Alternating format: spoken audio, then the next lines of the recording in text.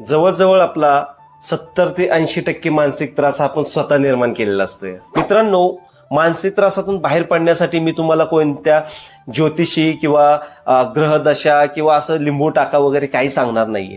मानसिक त्रास हा आपल्या शरीराला आणि मनाला लागलेला एक किडा आहे. तर आपल्या शरीराचा, आपल्या मनाचा तो एक दिवशी सर्वनाश करणार आहे.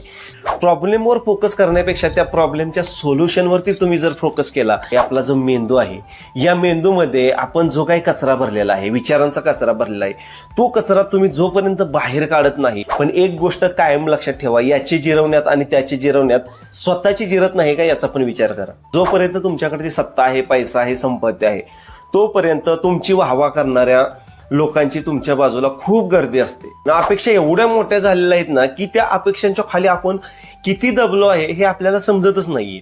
मित्रांनो, आपल्या मनाचा रिमोट कंट्रोल हा आपल्या हातात हवा. इतरांबरोबर माझी तुलना करणार नाही. नमस्कार मित्रांनो, मी विश्वनाथ कदम. आपण सर्व मजेत असाल यात शंकाच नसावी. मित्रांनो, आज आपण समाजामध्ये प्रत्येकजण प्रगती करत चाललो आहे, श्रीमंत होत आहे, पैसा कमवत आहे, टेक्नॉलॉजी आले आहेत. पण याच्याच बरोबर तुम्ही जर विचार केला तर आपल्याला मानसिक त्रासातून किंवा मानसिक त्रास हा वाढत चालला आहे. मित्रांनो, श्रीमंत होणं, पैसा कमवणं, काम करणं हे गरजेचंच आहे, पण याच्याबरोबर आपलं मेंटल हेल्थ किंवा मानसिक त्रास हा व्यवस्थित राहणं पण गरजेचं आहे, आनंदी राहणं गरजेचं आहे. मित्रांनो, पाठीमागील आपल्या व्हिडिओमध्ये आपण मानसिक त्रासाची 5 कारणे बघितली होती. आज आपण याच्यावरती उपाय शोधणार आहोत.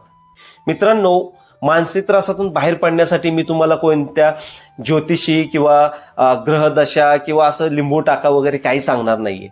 मित्रांनो, मानसिक त्रास म्हणजे ज्यावेळेस एखादं झाड असतंय, त्या झाडाला एक भिरूड नावाचा एक किडा लागलेला असतोय.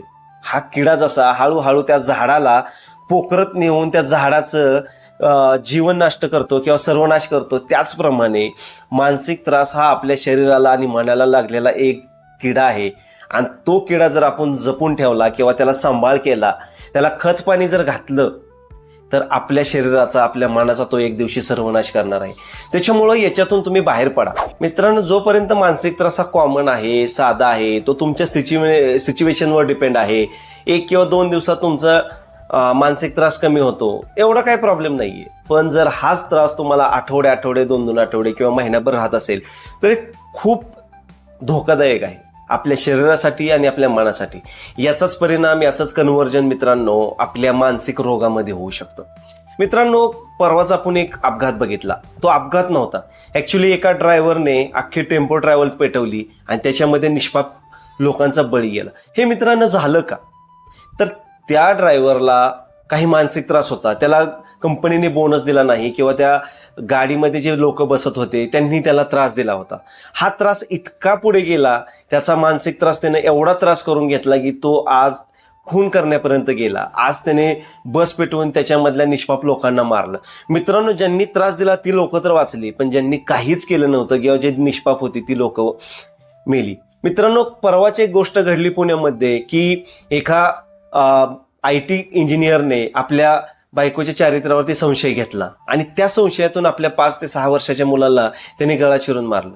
मित्रांनो, एवढं वाईट वाटतं ह्या गोष्टींचं. पण हा जो त्रास आहे ना, हा त्रास का होतोय? मित्रांनो, तुमच्याजवळ एखादा माणूस असा नाही की ज्याला तुमच्या मनातलं तुम्ही सांगू शकता किंवा तुमच्या मनातून तुम्ही व्यक्त होऊ शकता. आजकाल प्रॉब्लेम असा झाला आहे की प्रत्येकजण स्वतःचा बघतोय आणि स्वतःमध्ये हरवल्यामुळं आपल्याला कोणी मित्र नाही किंवा जवळचा नातेवाईक नाही आणि ज्याच्यापाशी आपण आपलं मन व्यक्त करू शकतो. त्याच्यामुळं प्रॉब्लेम असा होतो की धरून चाला मित्रांनो, तुमच्याजवळ एक मोबाईल आहे आणि त्या मोबाईलमध्ये जास्त कचरा झाला किंवा मेमरी जास्त फुल होते ना, त्यावेळेस तो परफॉर्मन्स द्यायला खूप त्रास देतो, तो लो परफॉर्मन्स देतो. तसंच मित्रांनो, आपली जी बुद्धी आहे, आपला जो मेंदू आहे, या मेंदूमध्ये आपण जो काही कचरा भरलेला आहे, विचारांचा कचरा भरलेला आहे, तो कचरा तुम्ही जोपर्यंत बाहेर काढत नाही तोपर्यंत नवीन विचारांना, नवीन कल्पनांना जागा भेटत नाही. मित्रांनो, तुम्हाला एखाद्या गोष्टीवरची सोल्युशन हवं असेल तर तुम्हाला पहिल्यांदा आपल्या डोक्यात जे काही विचार चालू आहेत, जे अनवॉन्टेड आहेत, ते पहिलं बाहेर काढणं गरजेचं आहे. जोपर्यंत तुमचे मनातले किंवा डोक्यातले हे विचार तुम्ही बाहेर काढून टाकत नाही तोपर्यंत तुम्हाला नवे विचार येणार नाहीत. मित्रांनो, मी पाठीमागे मी सांगितलं आहे की प्रॉब्लेमवर फोकस करण्यापेक्षा त्या प्रॉब्लेमच्या सोल्युशनवरती तुम्ही जर फोकस केला तर ते खूप चांगलं आहे. त्याच्यामुळं मित्रांनो आपण या गोष्टींवरती खूप लक्ष दिलं पाहिजे. मित्रांनो, काही गोष्टी ज्या असतात त्या सोडून द्यायला शिकलं पाहिजे. आज मी पाठीमागे सांगितलं आहे की भूतकाळातल्या काही गोष्टी असतात ज्या आपण चघळत बसत असतोय आणि त्याच भूतकाळातल्या चघळत बसणाऱ्या गोष्टीमुळे आपल्याला मानसिक त्रास होत असते. हाच मानसिक त्रास कमी करण्यासाठी मित्रांनो आपल्याला याच्यातून बाहेर पडणं गरजेचं आहे. मान्य आहे मला, काही गोष्टी अशा असतात ज्या विसरणं खूप अवघड असते. प्रत्येकाच्या लाईफमध्ये काही ना काही तर असे प्रॉब्लेम आलेले असतात जे प्रॉब्लेम मनावरती आघात करून गेलेले असतात. त्या प्रॉब्लेममुळं माणसाच्या जीवनावरती खूप मोठा परिणाम झाला असतोय, माणसाच्या मनावरती परिणाम झाला असतोय. पण मित्रांनो, तीच गोष्ट जर आपण चघळत बसलो किंवा त्याच गोष्टींचा जर विचार करत बसलो तर आपल्या पुढे जे काही लाईफ पडलेलं आहे, जे आयुष्य पडलेलं आहे मित्रांनो, ते आयुष्य तुम्ही कधी जगणार?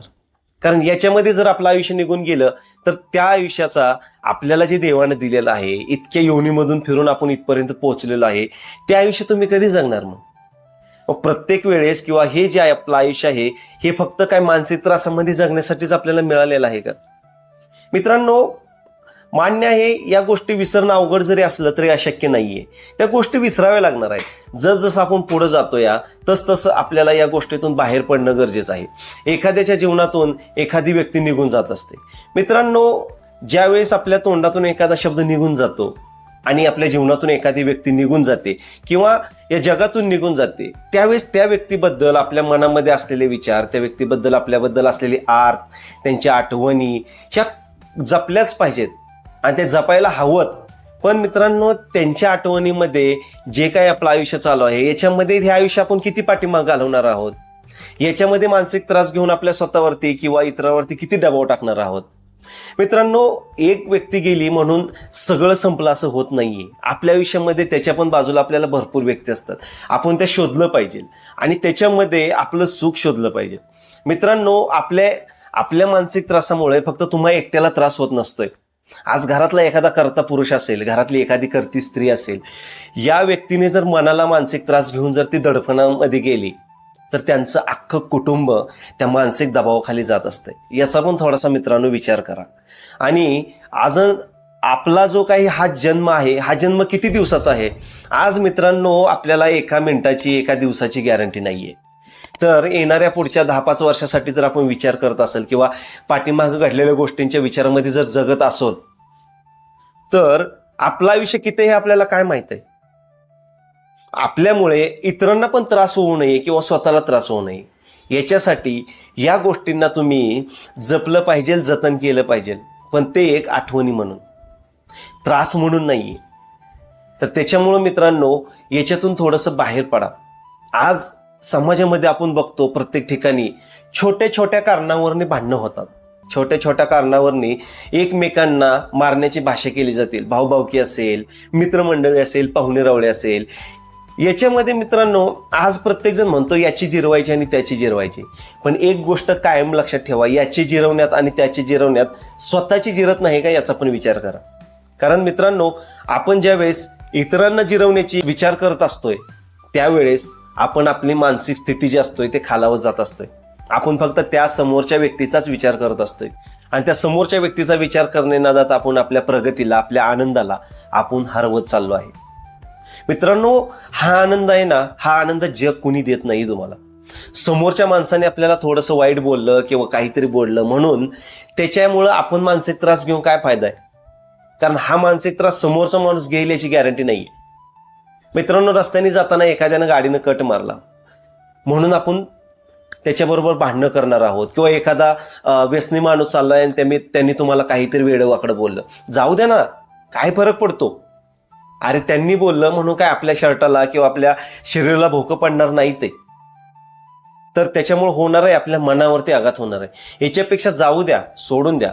मित्रांनो, ज्यावेळेस आपण एखादं भांडण करतो, ज्यावेळेस आपण एखाद्याचा सूड घ्यायचा प्रयत्न करतो त्यावेळेस एकच विचार करा की ॲट द एंड ऑफ याच्यातून आपल्याला भेटणार आहे काय, याचं फलित मिळणार आहे काय आपल्याला. याच्यातून जर काहीच निष्पन्न होणार नसेल तर काय त्याचा अर्थ आहे? आज मानसिक त्रासाच्या काळात मगाशी मी जसं म्हटलं तसं एका ड्रायव्हरने टेम्पो ट्रॅव्हल जाळली, 4 लोकांना मारलं. काय निष्पन्न काय झालं याच्यातून?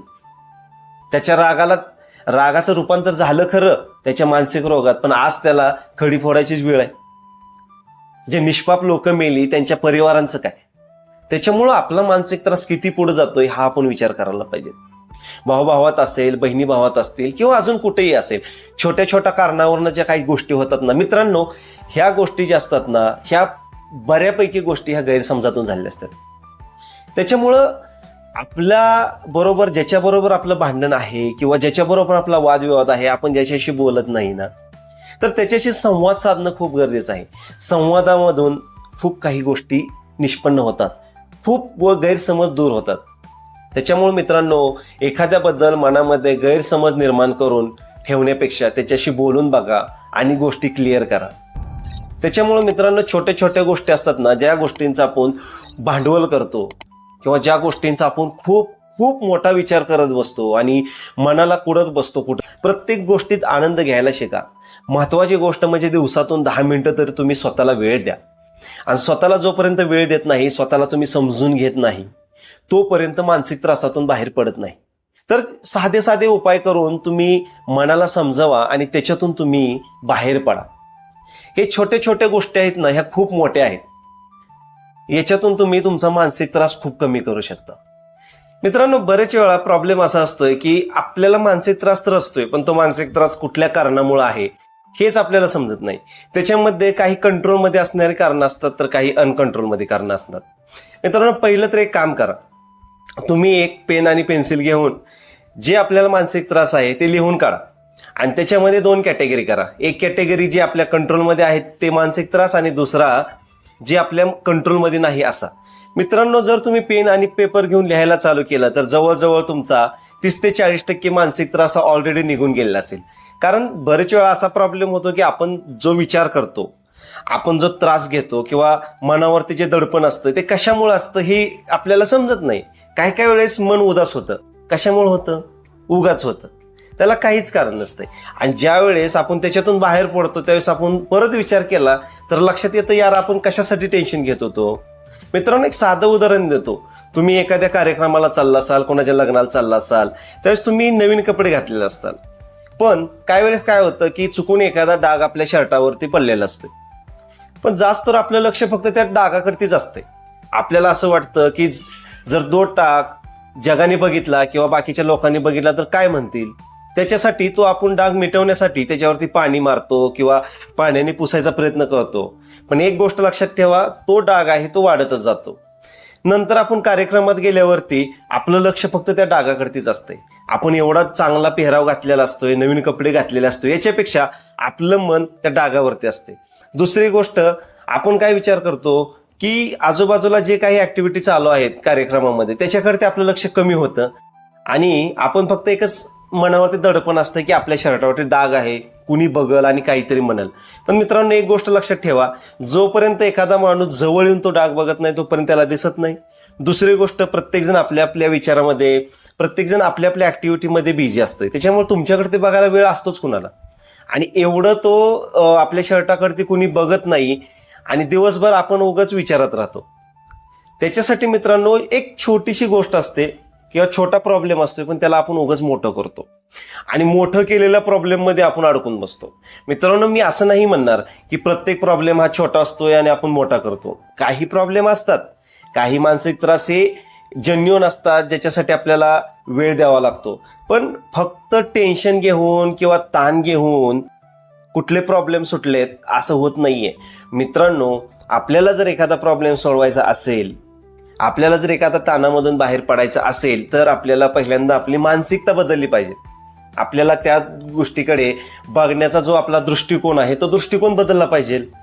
मित्रांनो, प्रॉब्लेम काय आहे याच्यावरती विचार करण्यापेक्षा त्या प्रॉब्लेममधून बाहेर पडण्यासाठी आपल्याला सोल्युशन काय काय भेटतील याचा तुम्ही विचार करा.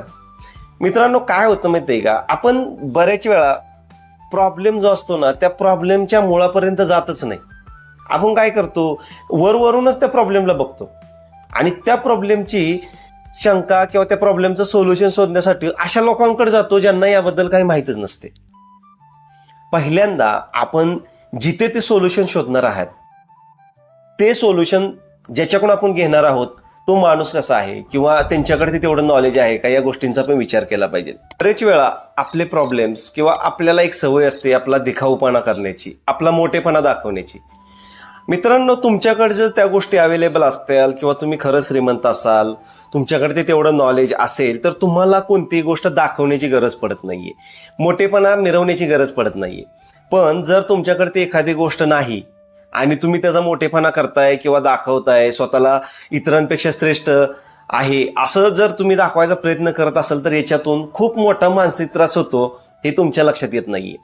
काय होतं, आपण ज्यावेळेस आपला मोठेपणा दाखवायला जातो त्यावेळेस प्रत्येक वेळेस आपल्याला खोटं बोलावं लागतं. काही वेळेस समाजाचा दबाव असतोय, जर मी चांगला नाही दिसलो तर काय होईल, किंवा मी इतरांपेक्षा थोडंसं कमी दिसलो किंवा माझी श्रीमंती कमी दिसली तर त्याच्यातून काय होईल आणि लोक काय म्हणतील.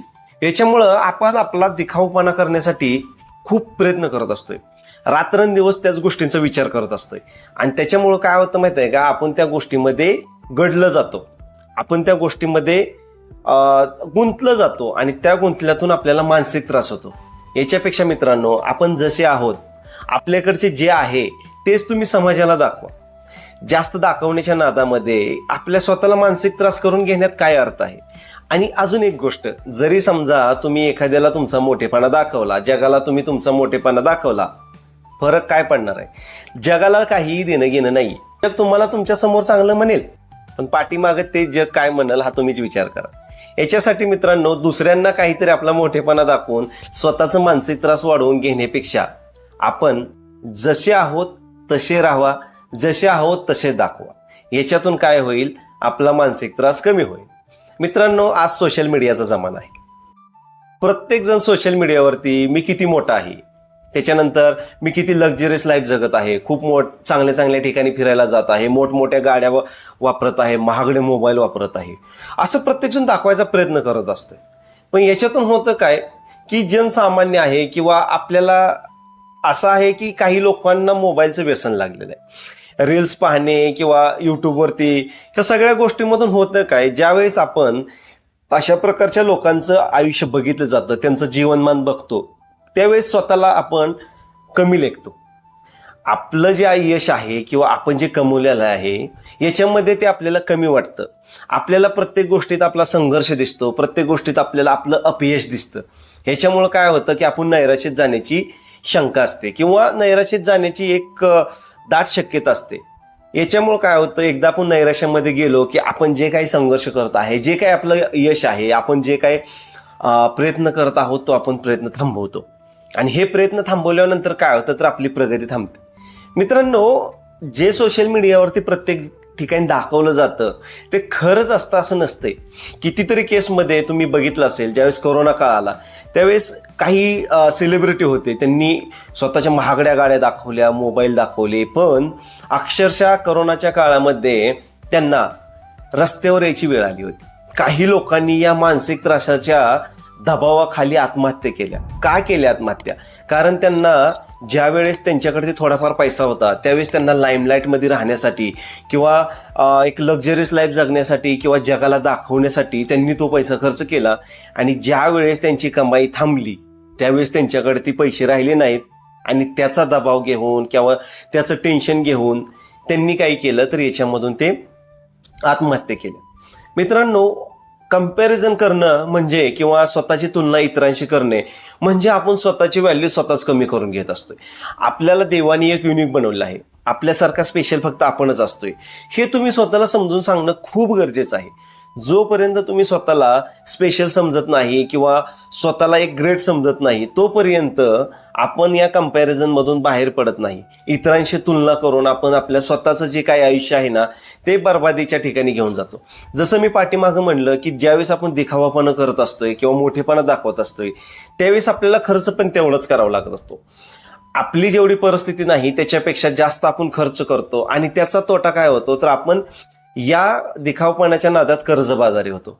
आणि एकदा कर्जबाजारी झाल्यानंतर मित्रांनो, एक गोष्ट कायम लक्षात ठेवा, जोपर्यंत तुमच्याकडे ती सत्ता आहे, पैसा आहे, संपत्ती आहे तोपर्यंत तुमची वाहवा करणाऱ्या लोकांची तुमच्या बाजूला खूप गर्दी असते. पण ज्यावेळेस तुमच्याजवळचा हा पैसा जातो त्यावेळेस फक्त तुमच्या बाजूला निराशा, नैराश्य आणि देणेकऱ्यांचीच गर्दी असते. त्याच्यामुळं 10 वेळा विचार करा, आपण जे काय करतो आहे, आपला जो खर्च आहे तो खर्च आपण आपल्या पटीत करतो आहे का. मित्रांनो, याच्यानंतर महत्त्वाचा भाग म्हणजे अपेक्षांचं ओझं. आजकाल काय झालंय, प्रत्येक गोष्टीत प्रत्येकाकडून आपण अपेक्षा करतो आणि अपेक्षा एवढ्या मोठ्या झालेल्या आहेत ना की त्या अपेक्षांच्या खाली आपण किती दबलो आहे हे आपल्याला समजतच नाहीये. मित्रांनो, अपेक्षा करा. आपली स्वप्न मोठी पाहिजेत आणि ते धरले पण पाहिजेत. आपलं ध्येय मोठं पाहिजे, पण ते ध्येय मोठं असताना किंवा त्या स्वप्नांचा पाठलाग करत असताना छोट्या छोट्या गोष्टीपासून सुरुवात करा. आज एकदमच मोठी उडी मारायची म्हणल्यानंतर आपल्याला ते जमल का नाही याचा विचार करा. आपण अपेक्षा ज्यावेळेस ठेवतो किंवा आपल्याकडून कोणी अपेक्षा केली असतील तर त्या अपेक्षा पूर्ण करण्यात ज्यावेळेस आपण अपयशी ठरतो त्यावेळेस स्वतःला आपण दोष देतो, स्वतःला आपण कमी समजतो. तसेच आपल्या अपेक्षा इतरांकडून जर असतील तर त्या अपेक्षा जर आपल्या पूर्ण नाही झाल्या आणि त्याचा जर भंग पावला तर तो खूप मोठा आघात असतोय. आणि तो जर आघात आपल्या मनावरती आला तर तो आघात जो आहे तो खूप त्रासदायक ठरतो. त्याच्यामुळं अपेक्षांचं ओझं थोडंसं कमी करा. कारण जोपर्यंत तुम्ही अपेक्षांचं ओझं मनावरती ठेवता किंवा दडपण ठेवता तोपर्यंत तुम्ही मानसिक त्रासातून बाहेर येणार नाही. मित्रांनो, आपल्या मनाचा रिमोट कंट्रोल हा आपल्या हातात हवा. समोरच्या एखाद्या व्यक्तीने आपल्याला काहीतरी बोललं म्हणून किंवा रागावलं म्हणून आपण आपल्या मनाला त्रास करून घ्यायचा नाही. जर आपण इतरांच्या बोलण्याने मनाला त्रास करून घेत असेल तर आपला रिमोट कंट्रोल हा त्यांच्या हातात आहे. मित्रांनो, आनंद, मनाला दुःख आणि आनंद हा आपल्यामुळेच भेटत असतोय. तो इतरांनी देत नाहीत तर तो स्वतः करून घेत असतोय. आपण स्वतःला मानसिक त्रास किती करून घ्यायचा हे आपण ठरवत असतो. मित्रांनो, तुम्ही तुमच्या कामाचा गुलाम होऊ नका, तर तुम्ही तुमच्या कामाचा राजा व्हा. तुम्ही जे काम करत आहात त्या कामावरती तुमचा विश्वास पाहिजे, त्या कामावरती तुमचं प्रेम पाहिजे. नाहीतर फक्त एखाद्या कामाचा आपण जर गुलाम होत बसलो तर आयुष्यभर गुलाम म्हणूनच आपण राहू आणि मानसिक त्रासामध्येच जगू. त्याच्यामुळं आपण आपला आनंद स्वतः घेतला पाहिजे. इतरांच्या मनावरती, इतरांच्या कंट्रोलवरती आपला आनंद ठेवू नका. मित्रांनो, प्रत्येक गोष्टीचा आणि प्रत्येक क्षणाचा आनंद घेत चला. कामावरून घरी आल्यानंतर आपले मुलगा किंवा मुलगी आपल्याला जर कवेत घेण्यासाठी बोलवत असेल किंवा कवेत घ्या म्हणत असेल तर त्यांना उचलून घ्या. ते जर गाण्यावरती डान्स करत असेल तर बिनधास्त डान्स करा. मित्रांनो, जिथे तुम्हाला भेटेल ना तिथं आनंद घ्या. मित्रांनो, हे एवढं सोपं नाहीये, मला माहिती आहे. प्रत्येक क्षणामध्ये आनंद घेणं एवढं सोपं नाहीये, पण अशक्य नाहीये. जर तुम्ही तुमच्या मनावरती जर कंट्रोल ठेवलं आणि तुम्ही तुमच्या मनाला जर समजून सांगितलं की मी अपेक्षा कमी करणार आहे आणि कुठल्याही गोष्टीला इतरांना दोष देण्यापेक्षा स्वतः त्या गोष्टीची शहानिशा करणार आहे आणि प्रत्येक गोष्टीत मी आनंद घेणार आहे, मला आनंदाने जगायचं आहे, मी इतरांबरोबर माझी तुलना करणार नाही, इतरांच्या अपेक्षांच्या ओझ्याखाली मी दबणार नाही आणि इतरांना माझ्या अपेक्षांच्या खाली मी दबवणार नाही, तर मित्रांनो आपलं आयुष्य ना खूप सुंदर होऊन जाईल. मित्रांनो, आशा करतो की हा व्हिडिओ तुम्हाला आवडला असेल. लाईक करणं, सबस्क्राईब करणं हे सर्वस्वी तुमच्या हातात आहे. तुमची साथ सदैव माझ्याबरोबर राहो हीच अपेक्षा. धन्यवाद.